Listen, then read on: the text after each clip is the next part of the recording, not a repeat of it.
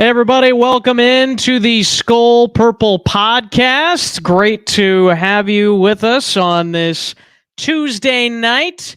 Snowmageddon is kind of what I'm calling it. Snowmageddon evening, day here, also in Minnesota, but also in Northwest Iowa. So that's why I am able to be with you tonight. Normally, I'd have a basketball game to do tonight, but unfortunately, won't have to do that. But fortunately, I get to be with you guys here on the Skol Purple podcast.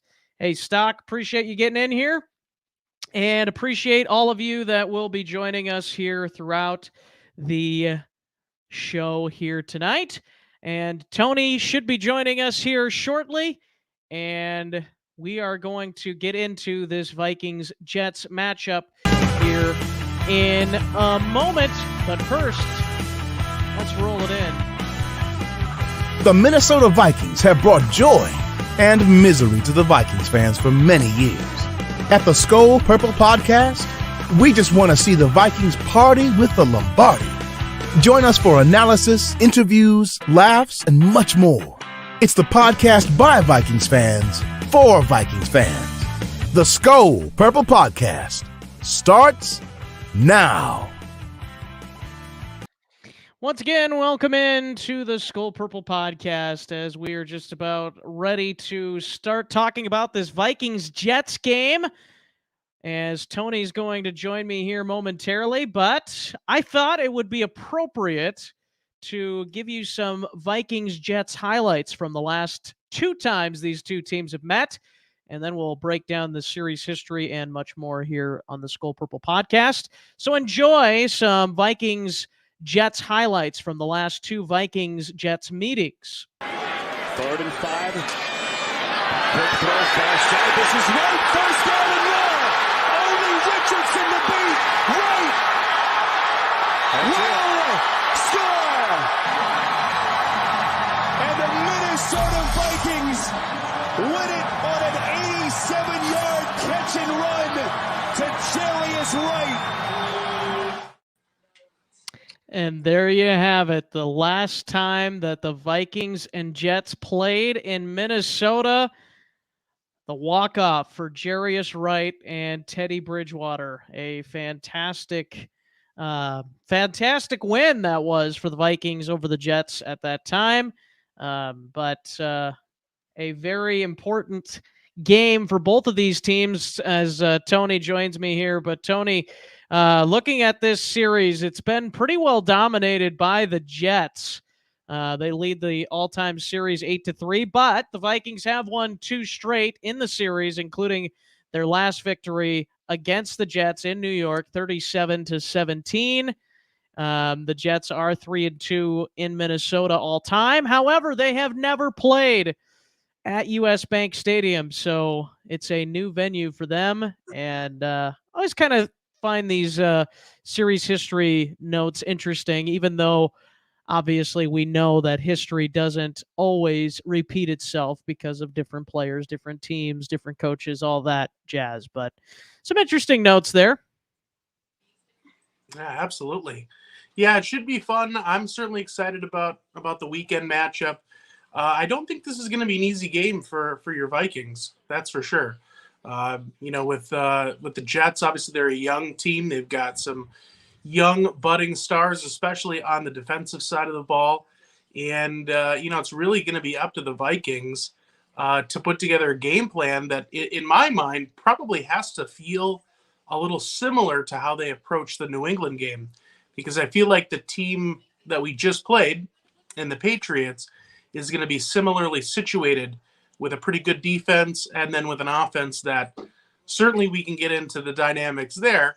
But, an offense that has at least statistically struggled so far this season. So we'll see.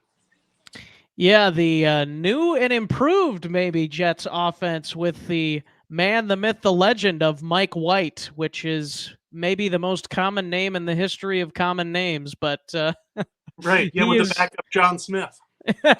That's right. So very interesting matchup between these two teams. First time since, as we said, 2018 that these two teams have met. Vikings with a dominating win. Also in that Jets game, you saw a couple of touchdown passes from Kirk Cousins there.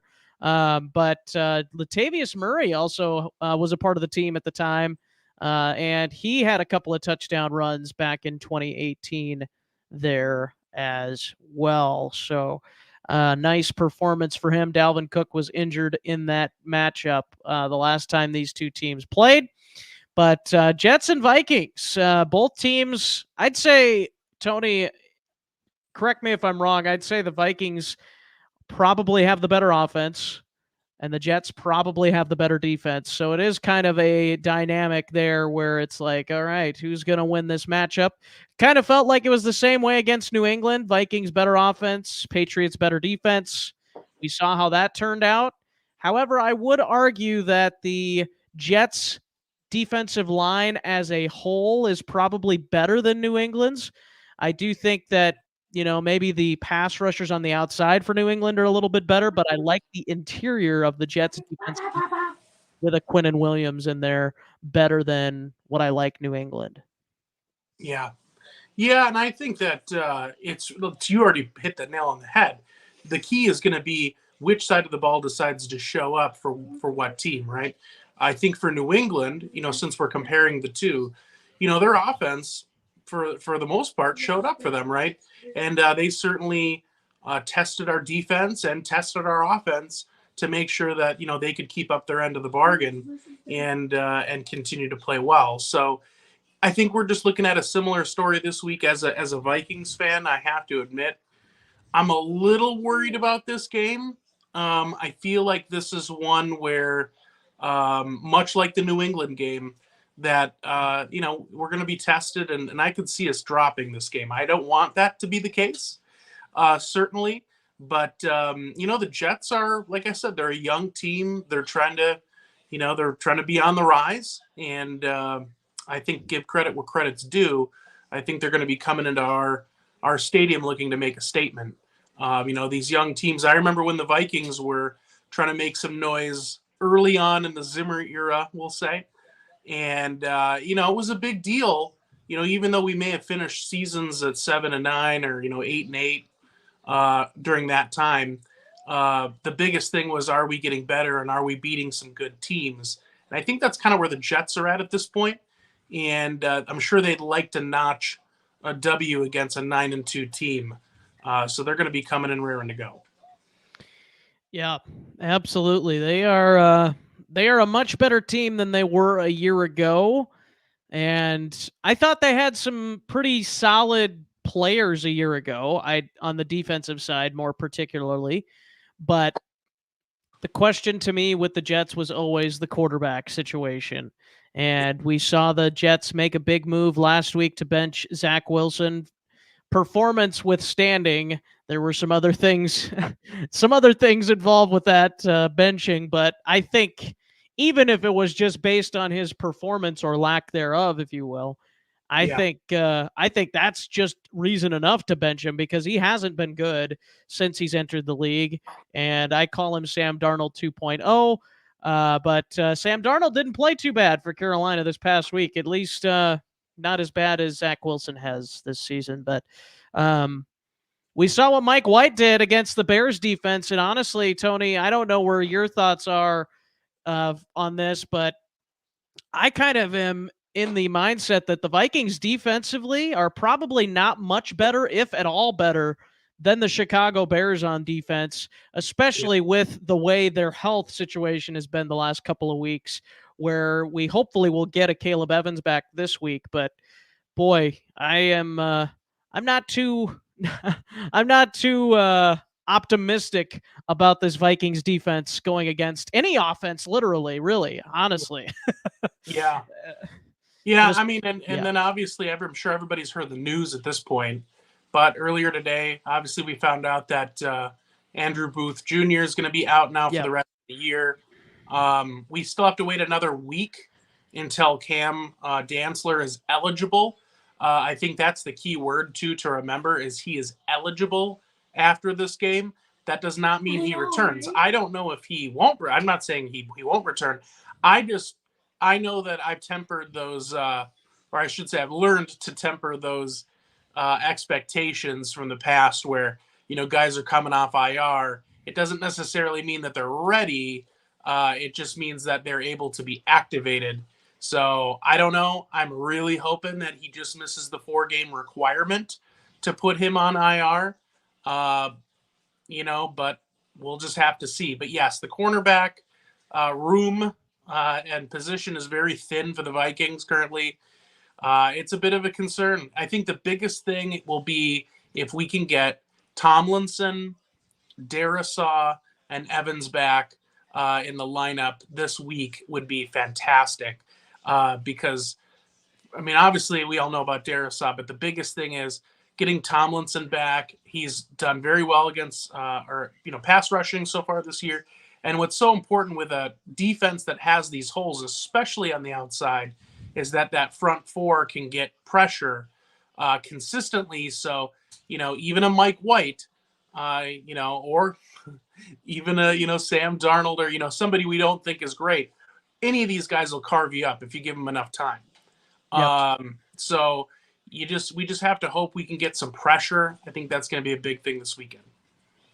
Yeah, and we did see the Vikings do that in the fourth quarter in their previous game against the Patriots. However, it was absent for 3 quarters. So you would think the Jets are going to be spending a lot of time in the film room here saying, okay, what did the Patriots do those first 3 quarters to allow Mac Jones to have time? And maybe it was something the Vikings did more so than what the Patriots did. But it'll be interesting to see what the Vikings can do against this Jets defense as well. But I think maybe one of the bigger storylines in this game is the Vikings wide receivers versus the Jets wide receivers, which is maybe it's an underlying storyline, I guess.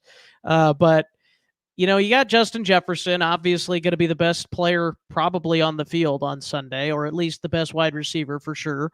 You can't really argue that. But then you look at the Jets wide receiver room. They've got a really solid young receiving room with Elijah Moore along with Garrett Wilson. There's a Braxton Berrios in there. There's another guy or two I'm probably not thinking of. But the Jets have a lot of talent in their receiver room. And then, of course, the Vikings, you have Adam Thielen in there still, maybe aging out a little bit, but still is a good role player for this team. KJ Osborne, a decent number 3 wide receiver.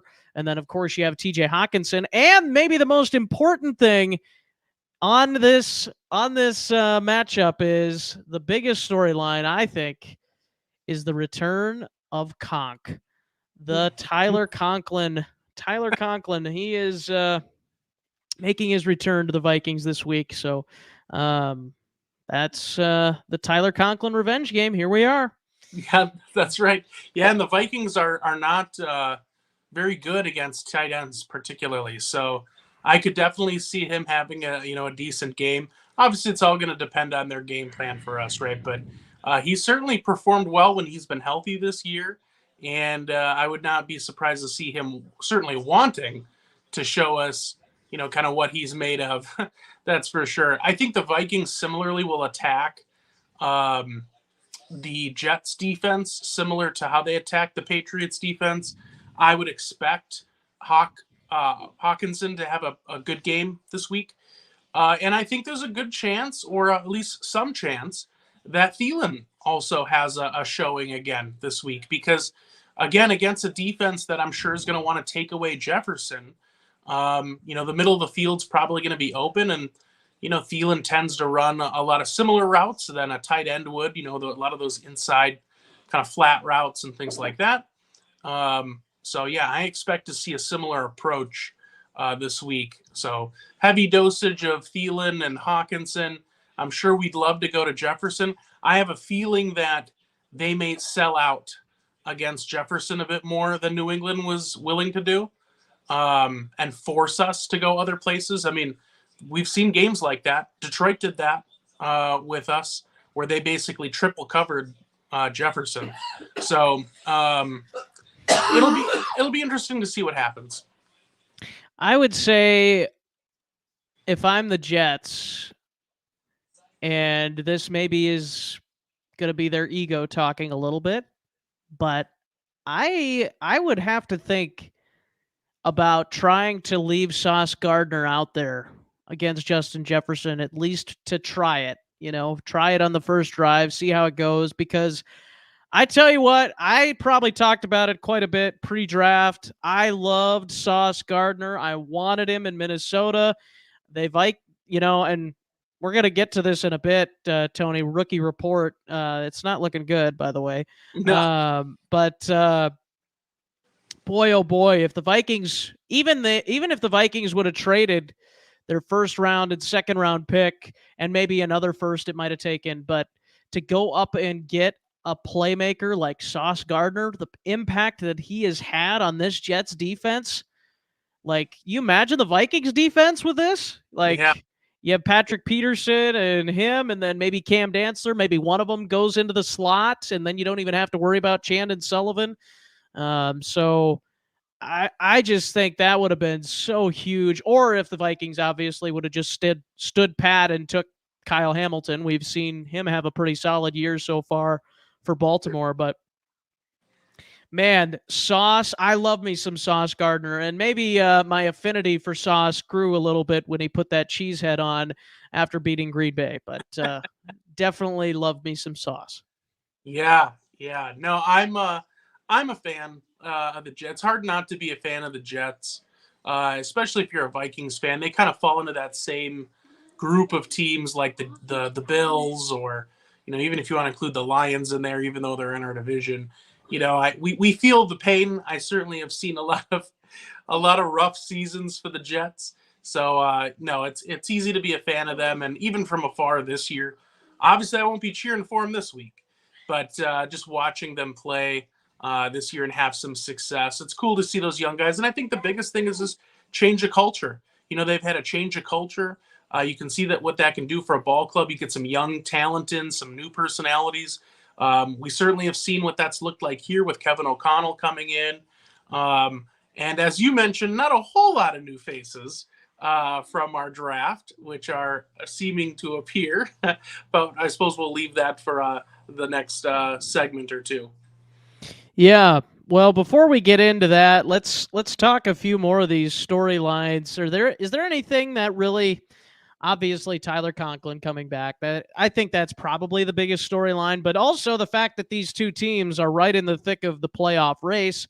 The Vikings are a one win away and one Lions loss away from clinching the NFC North, and the Jets are in prime position to at least be in the postseason. They could potentially, if the Bills falter a little bit here, they could potentially catch the Bills yet.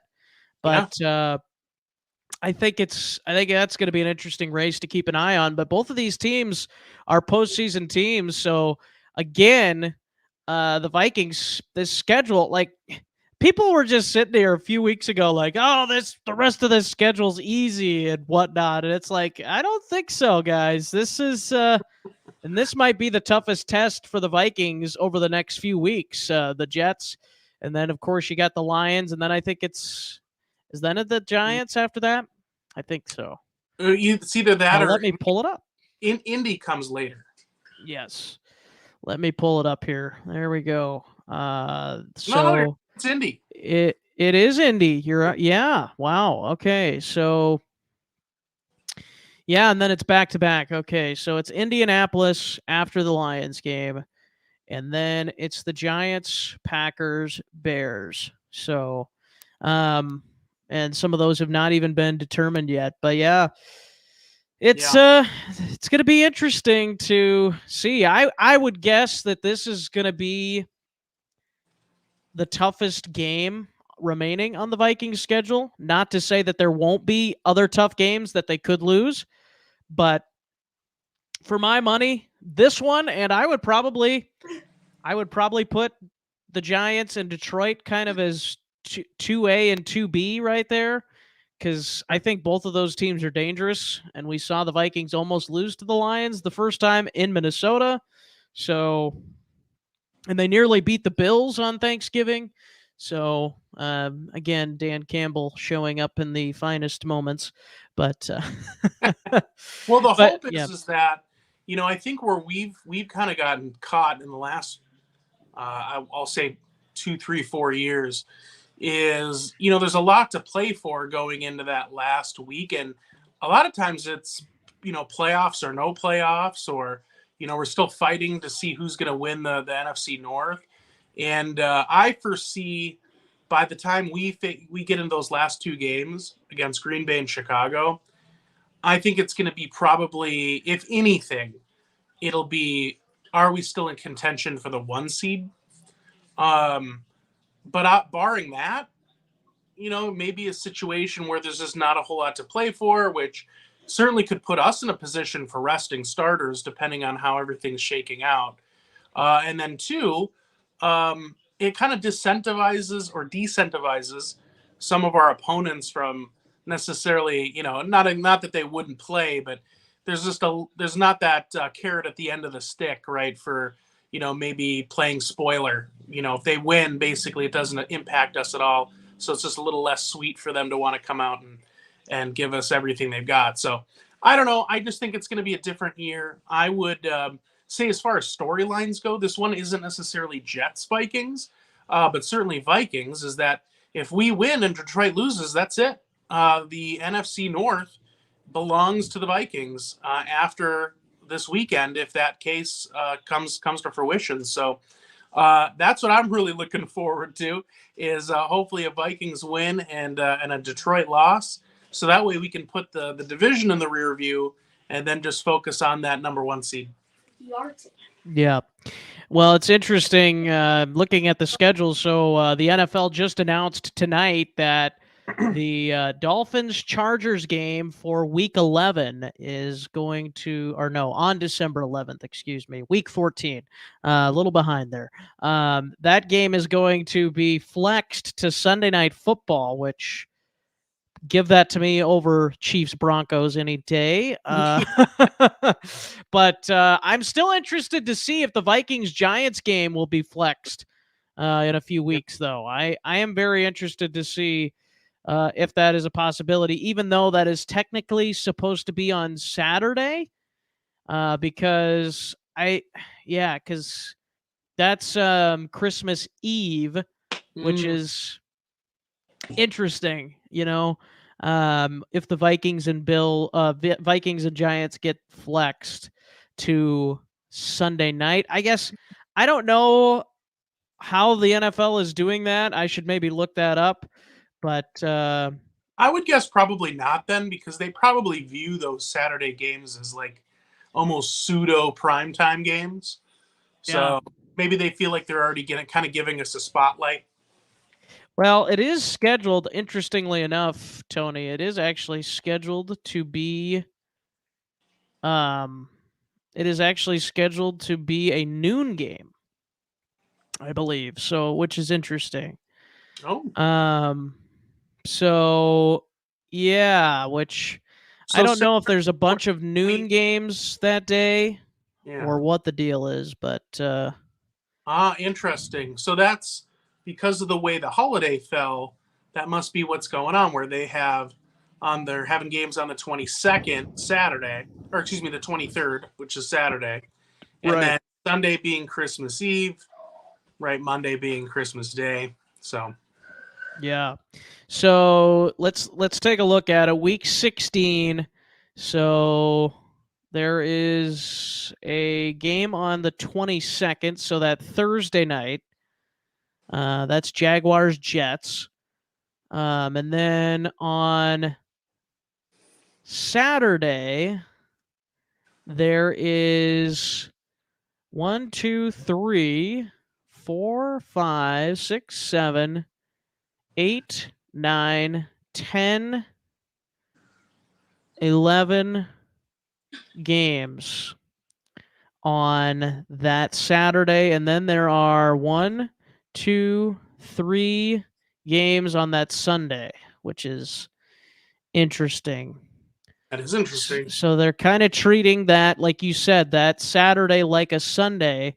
However, it's there's only 3 games. There's 3 more additional games. So on that Christmas Day, which, yeah, interesting. Yeah. Interestingly enough, but yeah, and I'm not sure who would have that Saturday night game. But yeah, definitely interesting. That's the only thing that throws off that game from getting flexed, like you said, is that the fact that the Sunday night game. But that Sunday night game is going to be absolutely terrible. That 25th. Well, it's not as bad as I thought it was. It's Tampa Bay and it's Arizona, but it's still not a good game. Yeah, but So, by that time, who knows where Arizona's going to be? right. They could be without their head coach. They could be without, who knows, Murray might not even be starting in that game. Right. But at the same time, we see with Dallas, they didn't flex out of Dallas this week, and they didn't flex, and they really didn't want to. So they maybe won't want to flex out of Tom Brady. That's the only thing. But yeah, one bright thing about the Vikings Patriots game is that they didn't cut away from the game and just force everybody to watch, Dateline or 2020 or something. That's right. That's right. Exactly. We were worth watching this week.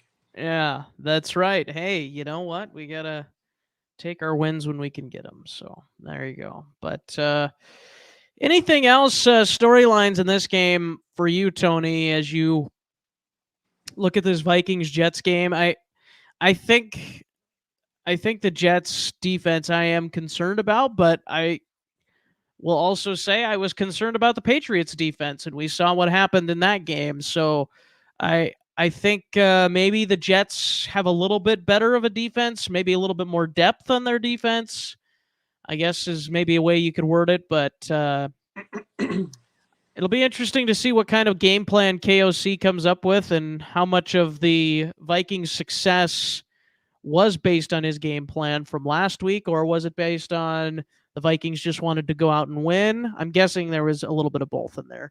Because, like I said, after the game on Thursday, I thought the Vikings game plan was brilliant. These short passes. It does not sound like, from what I've been hearing, that Christian Darrisaw will be back on Sunday, but it sounds like Dalvin Tomlinson will and a Caleb Evans will, most likely. And boy, if Caleb Evans doesn't come back, boy, the Vikings are going to be in really rough shape, because you have Patrick Peterson on one side, and then it's Duke Shelley, and then there's another guy, I think Downs or something. I don't even know his name. So when you get into that territory, no offense to the guy, but when you get into that territory, that is tough sledding, and it's tough for him because he doesn't deserve to be in that situation, but it's just the way it is with injuries. But I think that's part of where you start to see, Tony, this cap situation really take its toll for the Vikings, where you're paying so much money to Kirk Cousins, you're paying so much money to even Adam Thielen, which, we love Adam Thielen, but he's got a big contract, and Dalvin Cook, his contract is going to keep getting up there. And some of these defensive players who haven't been performing that well, like an Eric Kendricks and Harrison Smith, we've seen their play this season decline. So with some of those guys taking bigger contracts, the Vikings have very little room to sign depth pieces based on what is available to them with the salary. Yeah. And then you got guys like, probably one that I've been kind of thinking about all year. And again, to your point, it's not that we don't love these guys. It's just, you got to play by the numbers and where we're going as a team. Harrison Smith. A business. Yeah, Harrison Smith. You look at a guy like Harrison Smith, and, certainly I'm not advocating for his replacement necessarily, because we don't have anybody to replace him with. But that's why it's unfortunate losing, Scene like we did. Not to say he'd be starting, but just to get a good look at him, get him some game experience, because now we're going to be stuck in the same position next year where it's basically like a clean slate for Scene. And, who do we bring in another? Do we draft another safety? But at some point, to your point, we need to start looking ahead. And the defense needs draft capital and potentially even free agent capital to be invested in it, short and long term, because right now we're not getting any younger, and the guys that we've brought in the past certainly have struggled, and hopefully we can get back healthy, and I think Cam's going to be certainly a welcomed face when he can return to the team. Yeah, absolutely. Absolutely. Well, I think that's pretty much it for Vikings Jets storylines. I do think it's going to be interesting watching Mike White in this game. If he was just a flash in the pan for 1 week, nobody expected anything out of him, and the Bears just got caught off guard. Or is he for real, and the Jets should be even more feared because of what he's done to kind of raise the play of that offense, because we know how good their defense is. Their defense is a championship caliber defense. I don't think there's anybody that would disagree with that. But their offense, on the other hand, could very well lose them some games in the postseason. But now that Mike White showed what he showed a week ago, can he do that again is the big question, I think, that he's going to have to answer this week. And honestly, I don't think there's much going to stop him from doing that unless the Vikings start to unveil some new game plans that we haven't seen before on the defensive end, which it seems like we keep saying that. Well, maybe he's going to show something different this week or do something different. Ed Donatel, that is, with a different scheme or a different look, but just doesn't happen. So I'm going to assume that it's not going to happen at this point if it hasn't happened yet. So unless it comes in the postseason, but again, I'm not holding my breath on that one. But it is going to be interesting watching Mike White this week and see what he can do. Yeah, I think that Mike White doesn't scare me too much. I think that we see this same storyline play over and over and over again during the course of even one season. We've seen when backup quarterbacks have come in and done really well. And, it's usually for a game or two, but it's usually not much more than that, because defenses get a good look at, the quarterback. They start being able to game plan around a new guy and what they're able to do, what they're not able to do.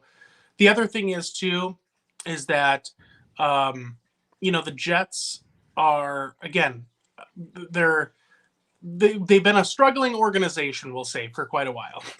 But these guys are still, and by guys, I mean their coaching staff and their front office, they're paid a lot of money to be good at what, you and I certainly would love to think we're good at. But, they get paid. Their job is to diagnose a roster and make moves appropriately. And what I always think of is, I'm sure there's a part of the Zach Wilson deal where, hey, he's young. He's a guy we drafted high. We're going to give him a chance.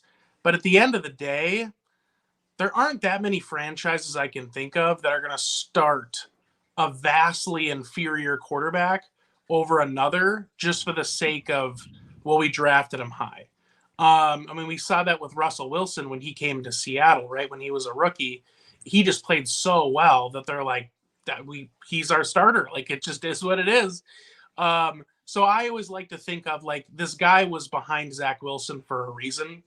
Yeah. And, they haven't started him up to this point for a reason. So, who knows? He could, like you said, he could be the next Tom Brady, laying in the weights.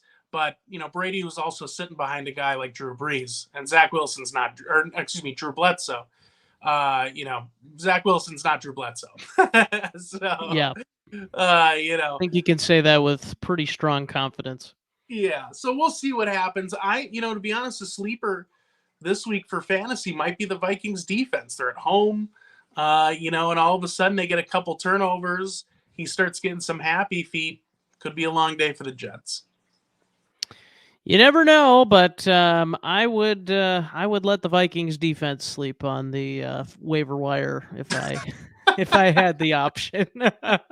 Yeah. Just no offense to the Vikings defense. I'm just not convinced. I mean, the fact that Mac Jones came in here and did what he did, a guy that's been struggling much of the season, Yeah.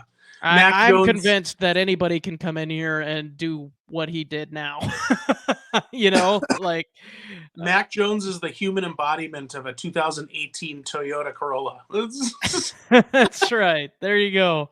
Or maybe he's a He's Camry. No, he's a full-size sedan. He's a Camry. he's definitely not the new Ioniq 5 from Hyundai. That's No. for sure. No. Maybe a future sponsor. Yeah, there we go. Shout out to Hyundai. I don't know. That's right. That's right. If there's any Hyundai people watching, Yeah, make sure to send us an email, skullpurplepodcast@gmail.com. exactly. I'll start plugging my car just for you, Hyundai. That's right. That's right. There you go. Well, I think that's pretty much it for the storylines. Before we get into the rookie report, we're gonna end the show on that, Tony. But let's get into our game predictions here. I think I'm gonna say I really didn't make a prediction last week, but I kind of thought the Vikings would bounce back. I'm a little bit more torn here, honestly. I think they're going to lose one of the next two games. I think they will either lose to the Jets or lose to the Lions. I am pretty convinced of that. I just don't know which one it will be. But I am going to go ahead and go back to my thought process at the beginning of the season. I thought the Vikings would go 4-2 in division.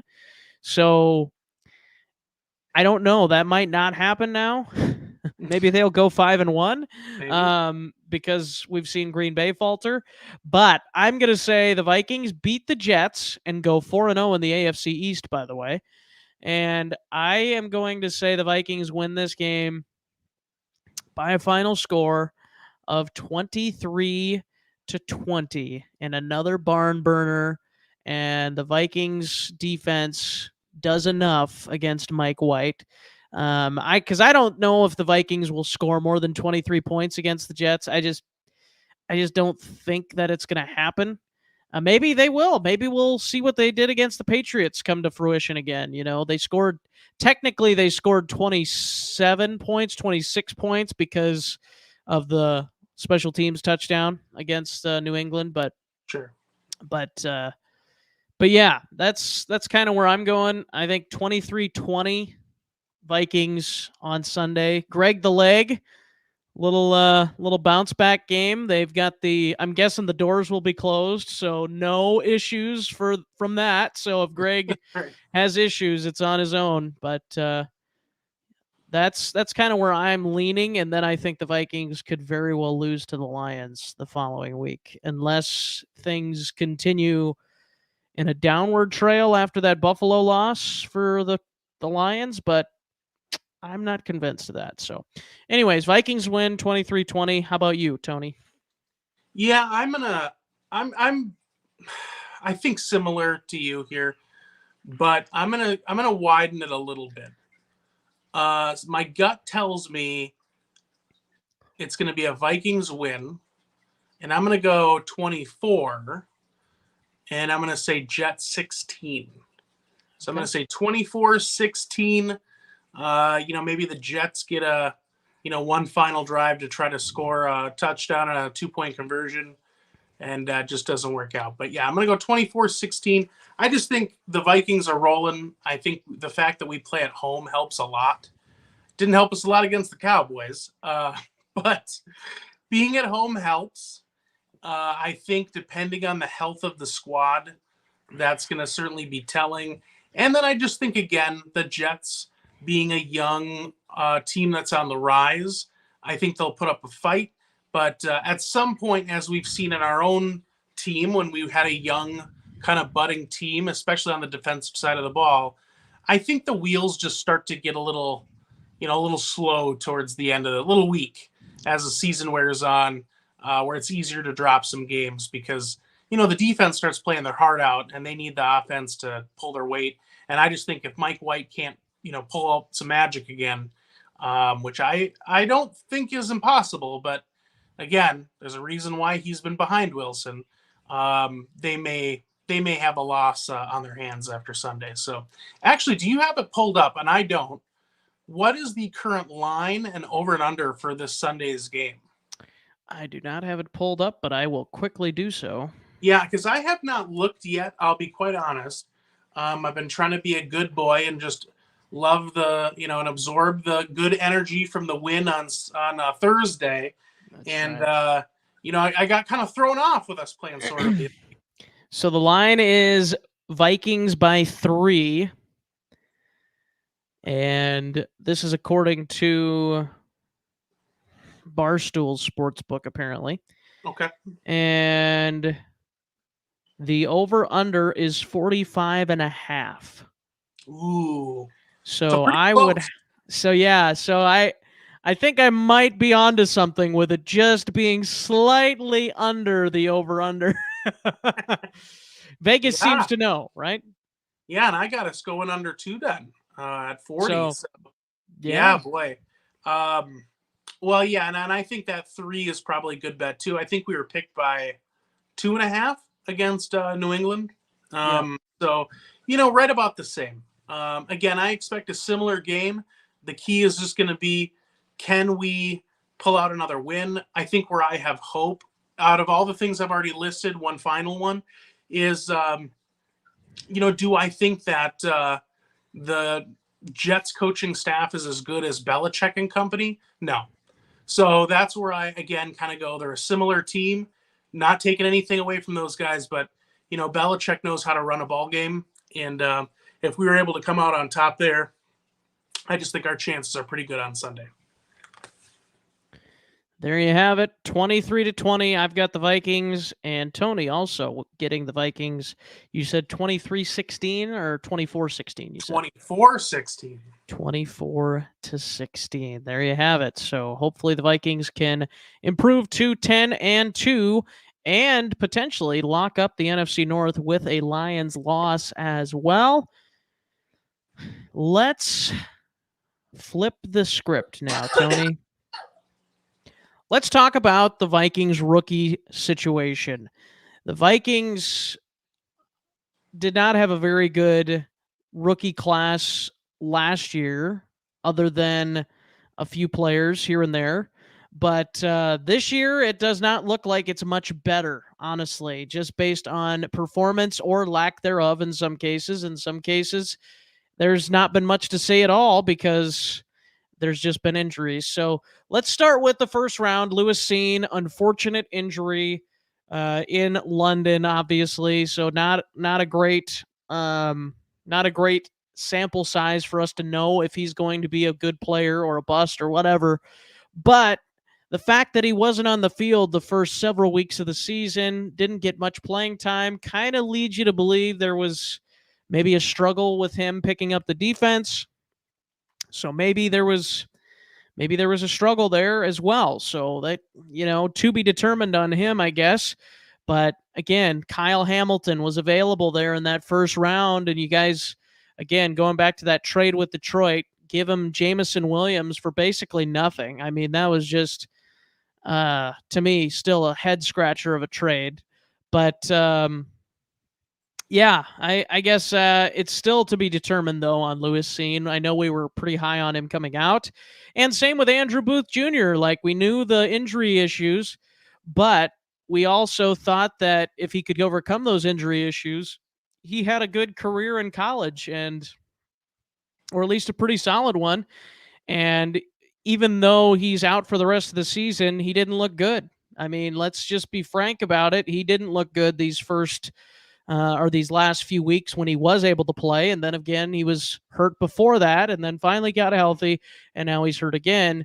So again, another one of those situations where the Vikings took a risk. They knew that the injury situation could be a problem, but they also wanted to take that risk because they thought that he could be a solid corner in this league, which maybe he still could, but early returns are not looking good, and obviously unfortunate that the Vikings' top two picks of the season are now going to miss the rest of the year with Lewis Cine and Andrew Booth Jr. But I guess what are your thoughts on those first two picks so far?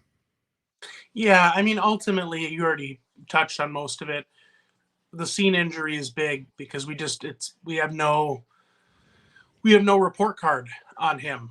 We don't know how good he's going to be, bad he's going to be, or could be. We just don't know. So that's going to be a wait and see. It's just an unfortunate thing when injuries happen, and especially in a rookie season like that. Reminded me a little bit of when Greenway went down with an ACL his rookie year. And Lord knows I'd love if he turned into the caliber player Greenway ended up being. But we all felt the same at that point. I know, Carson, you're maybe a little young for that, but I remember for myself, we were obviously, jury's out with a lot of these draft picks. You don't know how they're going to be. And I remember, again, that situation where I'm like, well, I guess we'll just kind of see next year. And certainly that particular instance went just fine. And Greenway turned into a heck of a player. So I'm not going to sell him short on anything. It's just unfortunate we don't get to see more from Cine this year. And then obviously Booth going down. I don't want to say similarly because we got to see a little bit of Booth. I think he'll have some things to build on for next year, which I think bodes very well for him. And with corners in the NFL, I just don't think I'm ready to sell on him. Almost every single corner, even the best corners, typically struggle for a year or two, and really it's that third year you're hoping to see them settle in. So unfortunate again with the injuries, but I think he's in a better position than Cine, even though Booth had some struggles, but it's to be expected with a rookie corner.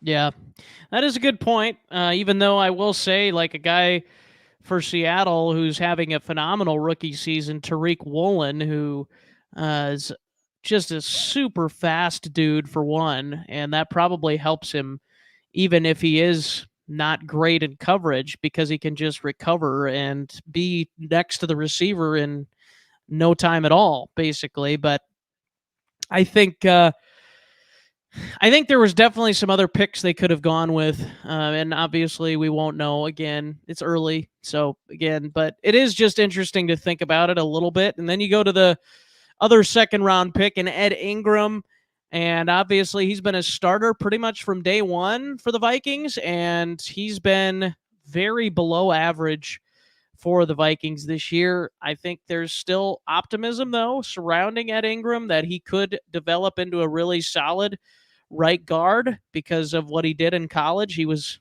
solid, part of those LSU championship runs, I believe, with Joe Burrow in there as well.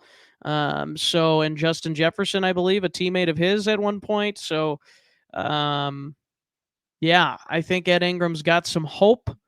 But again, it's just been so bad this year that it's you got to wonder if he's going to be able to figure it out or not. And maybe he needs a different offensive line coach. I don't know. But and then Brian Asamoah, we haven't seen much of. We haven't seen much of him, partly because you have two veterans in Eric Kendricks and Jordan Hicks.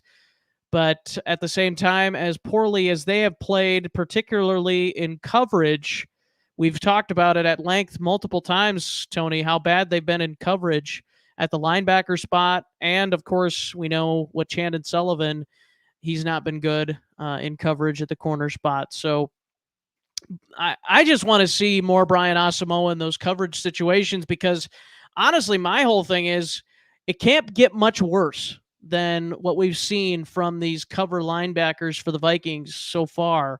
And now I know it's maybe harder to try and mix him in on those passing downs. Maybe it's not, those third and long situations, maybe throw him in there because they're giving up a lot of receiving yards. And I think I saw a stat that over a third of the receiving or throwing yards that the Patriots had on Thursday's game came against those two linebackers, over a third of those receiving yards. And it was like over 15 or 16 catches against those guys. So that is a liability, and that is a huge problem. And then I think Duke Shelley also gave up some yards, but that's to be expected because you're at your, fourth, fifth string corner at this point, sixth. So, but yeah, you're not supposed to have this type of performance from two of your starting linebackers. Like, this is not what you're hoping for.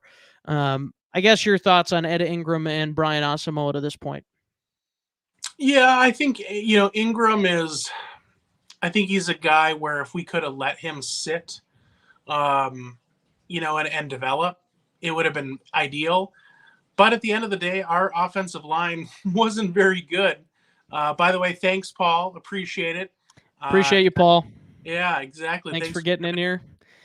Yeah, Lids, by the way, Mall of America in Minneapolis. I don't know where Tony got his. I got mine at the Lids in the Egan Outlet Center. Oh, wow. So yeah. Lids is where it's at. There you go, Paul. Right. Shout out to Lids if you want to sponsor. That's right. Skol Purple Podcast, gmail.com. That's right. I'd have so many hats. But I just pay me in hats. That's so, there you go. No, I would say that, yeah, Ingram is he's getting a lot of experience. I think it helps that again, it helps his cause that our offensive line was so poor the last few years. Even somebody who's struggling just kind of does. I mean, he does stick out like a sore thumb at times, but in general, we're kind of used to, as Vikings fans, seeing that line get pretty leaky. So I just kind of look at it like it's a year to build around for him. And, maybe he pulls a Garrett Bradbury where all of a sudden, we're down on him. And then next year he comes in and he looks amazing. So, and I'm not saying Bradbury looks amazing, but Bradbury is a new version of Bradbury. I mean, he is Bradbury 2.0, whatever new version we got. That is a season, or a serviceable center. So I just think ultimately, Carson, when I look at this draft, and I know we got some more to go through, but just something to keep in mind. I've gotten to the conclusion with Kwesi that I think right now he is not looking for high risk, high reward talent. I think he's really looking for a lot of guys who can make the chicken nuggets, because every team needs to have a mix of stars, right? And then a mix of guys that are serviceable, but they're not going to demand big money because they are essentially in that serviceable, zone. And then, you have a few that pop off, and guys that you thought would be middle tier end up being, great. That always happens, right? And then you have some that drop off. But I honestly think the way that this draft has looked, it tells me that he's looking for guys that are probably lower risk, but maybe their ceiling might be a little lower. Because that's the feeling I got. And especially looking at guys that were still on the board. I mean, you mentioned some of the picks that we essentially traded away. Those guys were, I would say, in more that high risk, high reward category, right? And I just don't think that Kwesi probably looked at our team and went, I don't know if we can do with a lot of swings and misses on home runs. Let's just try to hit a bunch of singles. And so that's what I think he's tried to do. And, when you miss, though, it makes it feel worse. So we'll just kind of see, but that's where I'm at. Yeah. Yeah, that's a good point. And again, we're not saying cut all of these guys and just forget about them, like all of these guys still have a chance to at least be solid, if not more, for the Vikings. But it's just the early returns, and especially considering this team is a competing team for a possible Super Bowl, at least for a conference championship. This is not great, because imagine, like I said, if you would have just traded up for a Sauce Gardner and the impact that he's had this year for the Jets, like that is a huge deal. Like I don't think we're even selling it enough how big of a deal it would be if Sauce Gardner was in a Vikings uniform right now compared to a Jets uniform. Because even though Cam Dantzler has been good, I think if you could put him in the slot or put even Gardner or put PP in the slot, Patrick Peterson, I think that just improves your defense immensely already. Now, you could also throw in the idea of, well, could they have gotten a linebacker in the draft? I don't know if there was a linebacker there.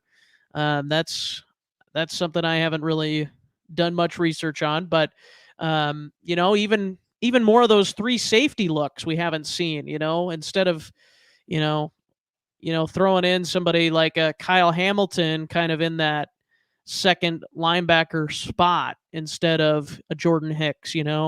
There's just different things that the Vikings could have done, and it would have looked maybe better this year. But again, who knows? A year or two down the road, we might be having a conversation and saying, okay, this 2022 NFL draft class for the Vikings was actually not as bad as we originally thought it was. But we could also be staying here next week, or not next week, next year or the year after, and saying, well, we were exactly right at this time.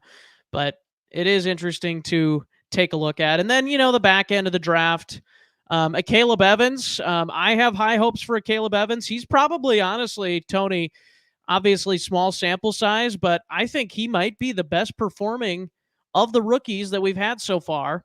And then you have Asezi Atomwo, who hasn't done much. Ty Chandler, I don't know if he's been active at all once this season. And then you have Vidarian Lowe, who's not been much, a swing backup tackle. Nick Muse, kind of a waste of a pick, at least up to this point, hasn't been on the active roster. And Jalen Naylor's been a special teamer pretty much so far this year. Any other thoughts on those draft picks that I just mentioned there, Tony? I mean, the only one I would look out for going, in the future, not this year. I kind of have an affinity for Naylor a little bit. I think Naylor could turn into a guy that could compete for that third wide receiver position eventually. The biggest thing is just him, continuing to work hard, obviously, right, and grind in that wide receiver room. But I do like him. I liked him coming out of college. And I think on this team, he's certainly not going to compete with, Jefferson. And really at this point, I don't think he's even challenging Osborne or Thielen. But let's again think the future.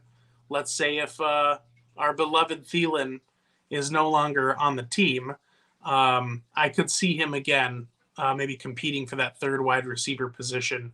So we'll just see. We'll see what happens.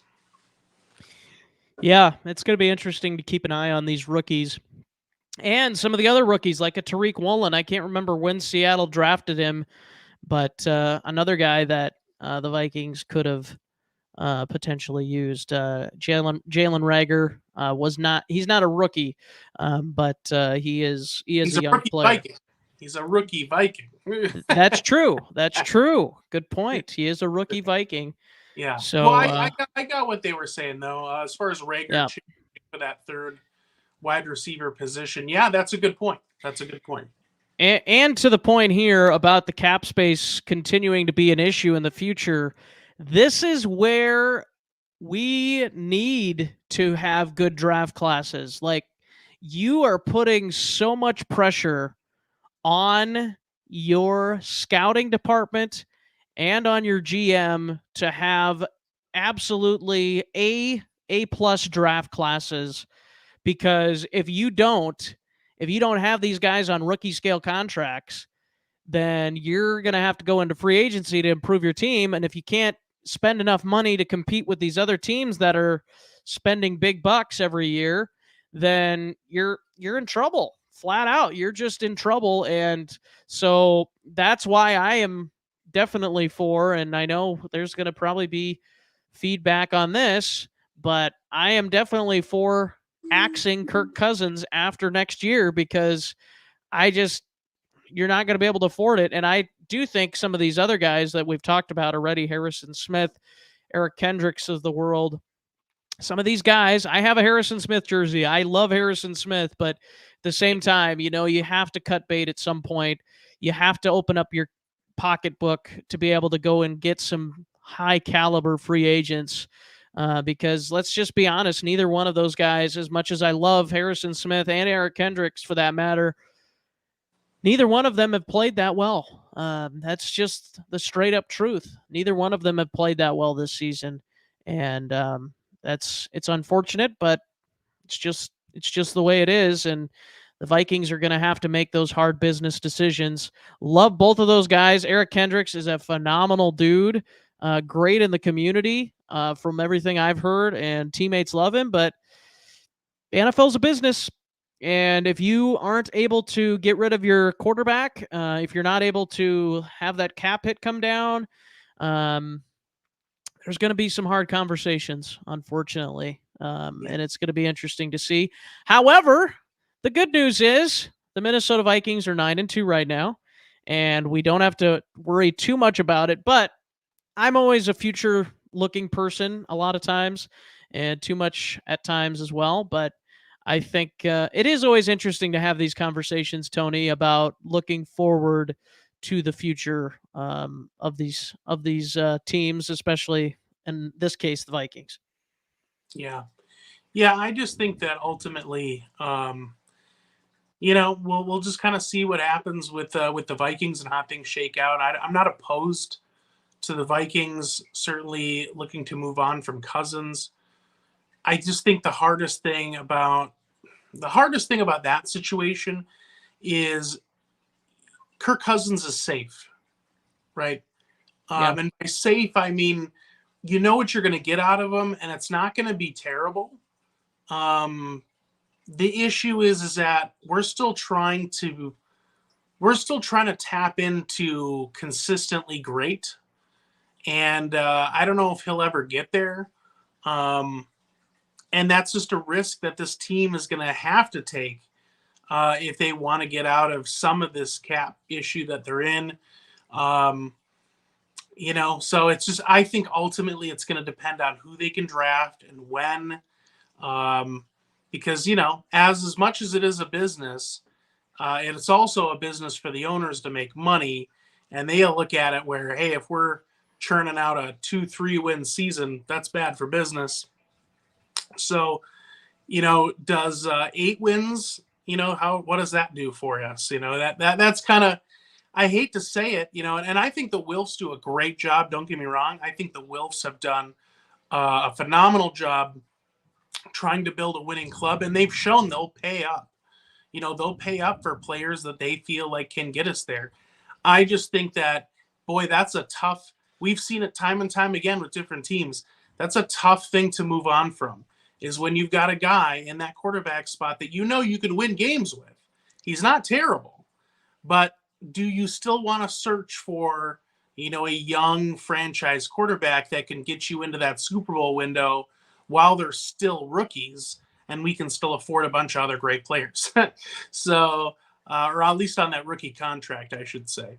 So we'll see what happens. I just think the biggest thing is who they can draft and where and when and kind of how they develop. But I'm with you. I'm not opposed to it. We'll just have to see come April 2023 if they want to take a quarterback to maybe sit behind Kirk for the year. Yeah, I think that's a good point. I think the only thing all these other people that are all Kirk stands pretty much, it's all like, well, who's you going to find to replace him? Who's going to be better? And my response to that is, first of all, you're never going to know if that quarterback is better until you take the chance. Secondly, Kirk Cousins is not immortal. He is not going to be around. He's not probably going to play till he's Tom Brady's age. And, you can't wait around till your quarterback goes downhill. Like, look at the situation the Indianapolis Colts are in, for example. Like, obviously, they didn't expect or didn't plan on Andrew Luck retiring, but look at where their quarterback situation has been ever since he left. Like, it's been Jacoby Brissett, it's been Phillip Rivers, it's been Sam Ehlinger, it's been Matt Ryan, it's been Carson Wentz. It's been this rotating door of quarterbacks.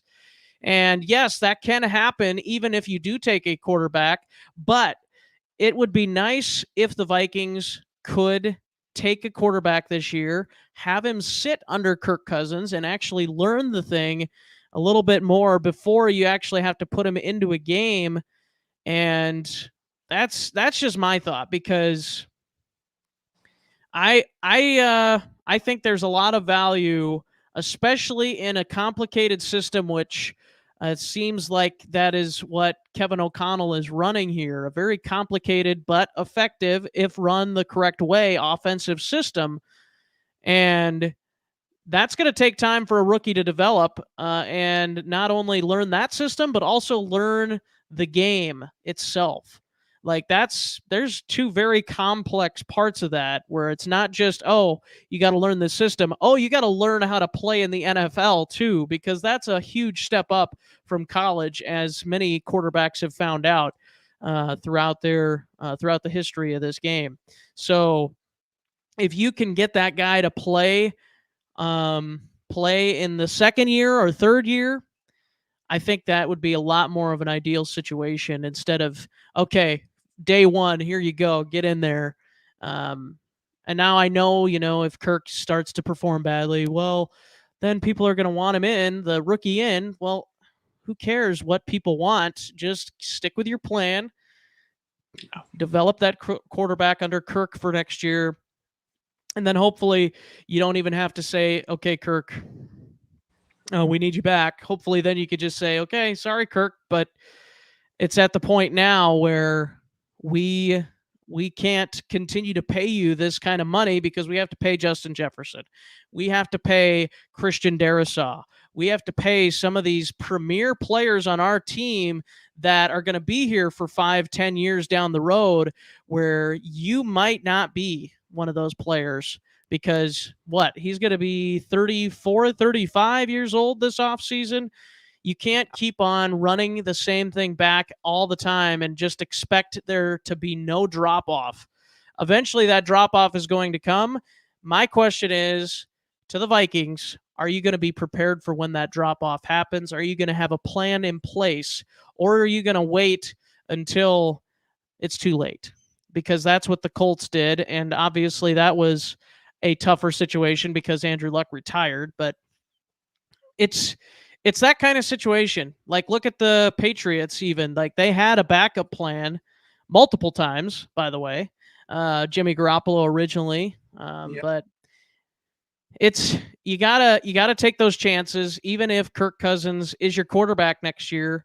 Take the chance. Draft a quarterback high. Draft a Bryce Young, who I love, by the way. I think he's going to be the best out of the rookie class, but I mean, there are a couple other guys that are intriguing as well. The TCU quarterback, Max Duggan, he's kind of interesting, but it's not that we're trying to replace Kirk right now, but after next year, he's going to probably want another boatload of money, and it's going to probably be even more than what he got this past time. And especially if he keeps leading the team to wins, and you're not going to be able to afford to pay everybody. It's just, you just won't. Like, that's just the way it is. And as much as we'd like to be able to pay everybody big money and keep everybody with big money, it's Tony. We just know that's not the reality of the NFL. So, yeah, no, you're absolutely right. I think that at the end of the day, we'll see what happens with the Kirk situation. I would like to see us go and get a young quarterback to at least have somebody in the stable, right? Unless you go with Nick Mullins. I don't mind Nick Mullins as a backup option right now, but do you want him to be your heir apparent to Kirk Cousins? I don't think so. No. Yeah. Exactly. And obviously we saw a little bit of that. At least what we thought with the Kellen Mond experiment, which didn't seem to go well. Excuse me, but There we go. That's the joys of being alive. We don't get to cut out any yawns. That's right. Yeah, at the end of the day, though, I just think that, this team is set up to win now, especially before, as we already touched on, the Justin Jefferson contract sweepstakes that's going to come into play at some point. But at the end of the day, this team is ready to win now. It's just you're going to have to be careful with the moves you make because we don't have a lot of cap space. And, I'm not saying the window is going to close up and then all of a sudden everything's going to be gone. I think there's a lot of great things to build on here. But we'll just see. I'll try not to focus on, anything past this year. But as the season rolls on, it's hard not to at least think about it. Yeah, get Tyler Heineke. Yeah, there we go. Taylor Heineke is returning. Yeah, keep him away from all the glass doors. No glass doors. Right. That's right. Keep him away from the glass. That's right. But I'm going to say for me, final statement just is that for this week for the Jets, I think we're going to win. I think we'll be fine. I am expecting a bit of a dogfight. I don't think this is going to be an easy one for your Vikings, but I do think we'll end up winning this game. I think we improved to 10-2. And then the big thing is, are the Lions going to lose? As you already mentioned, are we going to be looking at NFC North champions in Week 12? I certainly hope so. Yeah, I don't really have much else to add there. I guess I'll just say that this is a big game. And I think they all are, but this is a big game just in terms of two really good teams going at it. I think this is even more of a big game than the Patriots game, just because I think the Jets are more of a playoff contender than the Patriots. So this is a statement game. All of these games are really, but this one in particular, I think this is the toughest remaining game on the Vikings schedule. And the Jets are a real team. Robert Saleh is a heck of a football coach, first of all. Let me just tell you that right now. I think players love him, and he knows how to coach football. He does. He was a great defensive coordinator in San Francisco, and he's starting to show that here with the Jets as well. And I think, like you said, we're going to be in for a dogfight, and it's going to be two young head coaches going at it. And I'm anxious to see who's going to be out on top. It's going to be fun to see who comes out on top in this one. But that's going to wrap things up for us here today. Went probably over time, but it was a good discussion. I think we enjoyed our conversation, even though it maybe was a little bit future looking at times. I enjoy those conversations because it's something that you would have to think Kwesi internally is having with some of the other staffers in TCO Performance Center. So they've got to be having those conversations at least a little bit, maybe not full-fledged every day type of thing, but at least to some extent. So, but Tony, why don't you tell the audience what they can expect for Skol with Staggy this week? Well, I'm certainly hoping we've got a good one for a change. No, I think it should be good. I've got a few tricks up my sleeve. I'm hoping to get in a special guest this week. But hopefully we'll get that out in the next couple days, where we'll be able to talk a little Vikings, talk a little fantasy, all that fun stuff. So, yeah, look out for that. And you had Eli with 10,000 takes last week, and then a couple weeks before that, you had the You Betcha guy, Tyler, right? Yeah. So yeah. you've been getting some pretty fine guests on the show. Absolutely. And if you want to be a guest at any point in time, and you're out there and you're like, hey, I think I'd be a great guest to be on either the show or Skol with Steggy, any one of our shows, make sure to email us at the email, as I know Carson has. You don't have it up on the screen. Sorry. There you go. There it is. Yeah, there it is. Skol Purple Podcast at Gmail.